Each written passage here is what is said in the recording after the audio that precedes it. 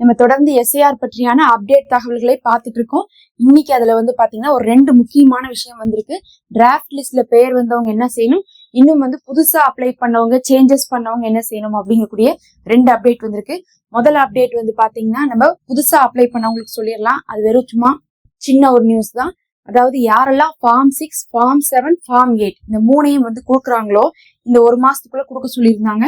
அதாவது பொங்கல் வரி கொடுக்க சொல்லியிருந்தாங்க. அவங்களுக்கு இப்ப டேட் எக்ஸ்டெண்ட் பண்ணி இந்த மாச கடைசி வரை ஃபார்ம் 6, ஃபார்ம் 7, ஃபார்ம் 8 கொடுக்க முடியும் அப்படின்னு சொல்லியிருக்காங்க.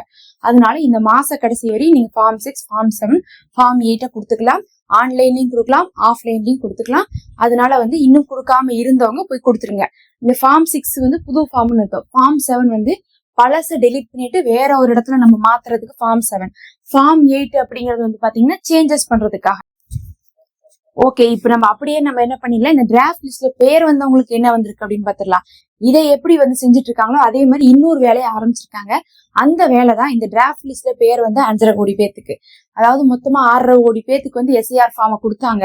அதுல 5.5 கோடி பேத்த என்ன பண்ணாங்கன்னா எஸ்ஐஆர்ல செலக்ட் பண்ணாங்க. அந்த ஃபார்ம் கொடுத்தவங்கள என்ன பண்ணியிருந்தாங்க, டிராஃப்ட் லிஸ்ட்னு ஒரு லிஸ்ட்டை போட்டு அந்த லிஸ்ட்டுக்குள்ள கொண்டு வந்தாங்க. அந்த டிராஃப்ட் லிஸ்ட்டுக்குள்ள வந்தோம் பாருங்க, அந்த 5.5 கோடி பேத்துல இருந்து என்ன பண்ணிருக்காங்கன்னா, யாராவது உடைய தகவல் மிஸ்மேட்ச் ஆனா அவங்கள நம்ம என்ன பண்ணலாம், டாக்குமெண்ட் வாங்குறதுக்காக ஒதுக்கி வைக்கலாம்னு சொல்லிட்டு முடிவெடுத்து ஒரு லிஸ்ட் போட்டாங்க. அந்த லிஸ்ட் தான் 10 லட்சம் பேர் கொண்டுள்ள ஒரு லிஸ்ட்.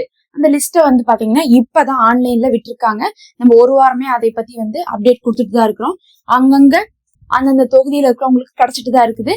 இப்ப அந்த 10 லட்சம் பேர் யாருன்னு தெரிஞ்சுக்கணும். இந்த 5.5 கோடி பேத்துல தெரிஞ்சுக்கிட்டு அவங்க என்ன பண்ணணும்னா ப்ரூஃப் கொடுக்கணும். 13 ஆவணங்கள் இருக்கு. அந்த 13ல ஏதாவது ஒரு ஆவணத்தை ப்ரூஃபா கொடுக்கணும். அதுக்கான டைம் தான் இப்ப இருக்கக்கூடிய இந்த டைம். ஏன்னா இந்த பிப்ரவரி மாசம், இப்ப நமக்கு ஜனவரி முடிய போது, பிப்ரவரி கடைசியில பாத்தீங்கன்னா ஃபைனல் லிஸ்ட் கொண்டு வந்துருவோம் அப்படிங்கிறாங்க. ஃபைனல் லிஸ்ட்னா என்ன அர்த்தம், அவ்வளவுதான் ஓட்டர் ஐடி ரெடியா போகுதுன்னு அர்த்தம். அதுக்கு முன்னாடியே நம்ம இதெல்லாம் செஞ்சிடணும். ஒருவேளை இதுல நம்ம மிஸ் பண்ணோம்னா ஃபைனல் லிஸ்ட்ல வரமாட்டோம். மறுபடியும் நியூ கார்டா தான் நம்ம ஃபார்ம் 6 கொடுத்துதான் முதல்ல இருந்து ஆரம்பிக்க வேண்டியது இருக்கும்.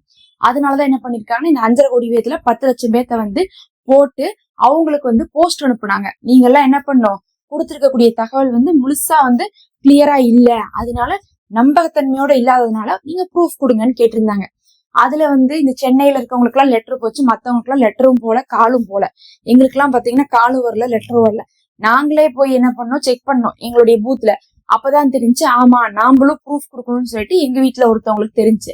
அதுக்கு பிறகு பாத்தீங்கன்னா அவங்களுக்கு நாங்க ப்ரூஃப் கொடுத்தோம். ப்ரூஃப் கொடுத்ததுக்கு பிறகுதான் என்ன பண்ணிக்கிட்டாங்க, அதை டிக் பண்ணி மறுபடியும் எஸ்ஐஆர் உடைய அந்த டிராஃப்ட் லிஸ்ட்குள்ளேயே சேர்த்துக்கிட்டாங்க.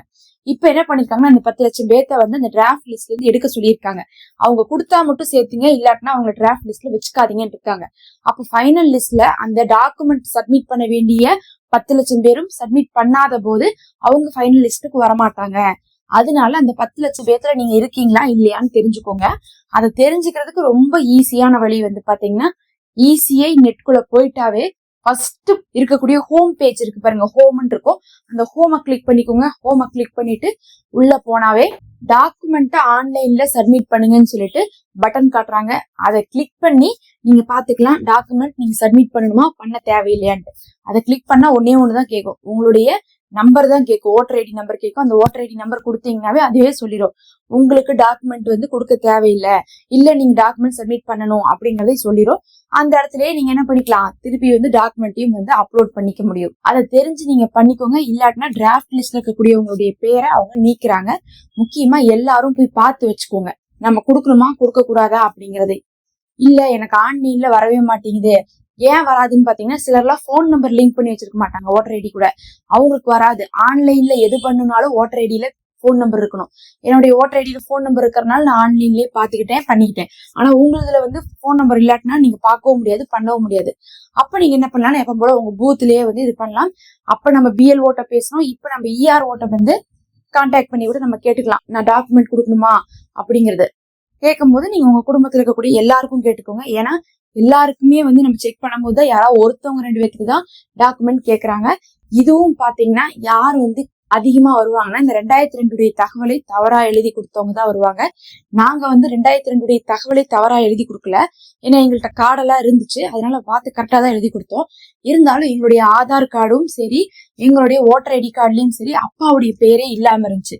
அதனால என்ன ஆயிடுச்சுன்னா, இன்னார்தான் அப்பான்னு நீங்க வந்து எஸ்ஐஆர் ஃபார்ம்ல போட்டிருக்கீங்களே, அவர் அப்பா தான் நாங்க கன்ஃபார்ம் பண்ணோம்னா அதுக்கு ஒரு சர்டிபிகேட் கொடுங்கன்னு கேட்டனால நாங்க கொண்டு போய் பர்த் சர்டிபிகேட் கொண்டு போய் கொடுத்து எங்க அப்பாவுடைய பேர் வரக்கூடிய எல்லா இடமே வந்து நாங்க கொடுத்தோம். அப்ப எங்களுக்கு என்ன ஆயிடுச்சுன்னா அதை வந்து அக்செப்ட் பண்ணிக்கிட்டாங்க. அதனால என்ன ரீசன் சொல்லி வேணா உங்கள்ட்ட கேட்கறதுக்கு சான்ஸ் இருக்குது டாக்குமெண்ட். ஆனா அது 10 லட்சம் பேர் தான், 5.5 கோடியில 10 லட்சம் பேர் தான். அதனால அந்த 10 லட்சத்துல நீங்க இருக்கீங்களா இல்லையான்னு மட்டும் தெரிஞ்சு கொள்ளுங்க. அப்படி இல்லாட்டினா அவங்க வந்து இப்ப வந்து பாத்தீங்கன்னா இப்போதைக்கு இன்னொரு 10-15 நாள்ல டைம் இருக்கு, அதுக்குள்ள வந்து பாப்பாங்க. கடைசி வரை யாரு கொடுக்கலையோ அவங்களதான் என்ன பண்ணுவாங்க, அந்த லிஸ்ட்ல இருந்து முழுசாவே வந்து ரிமூவ் பண்ணிடுவாங்க. அப்புறம் நம்ம நியூவா வந்து ஃபார்ம் கொடுக்குற மாதிரி வந்துடும். இது உங்களுக்கு பயனுள்ளதாக இருக்கும்னு நினைக்கிறேன். நம்ம அடுத்த ஒரு வீடியோல பார்க்கலாம்.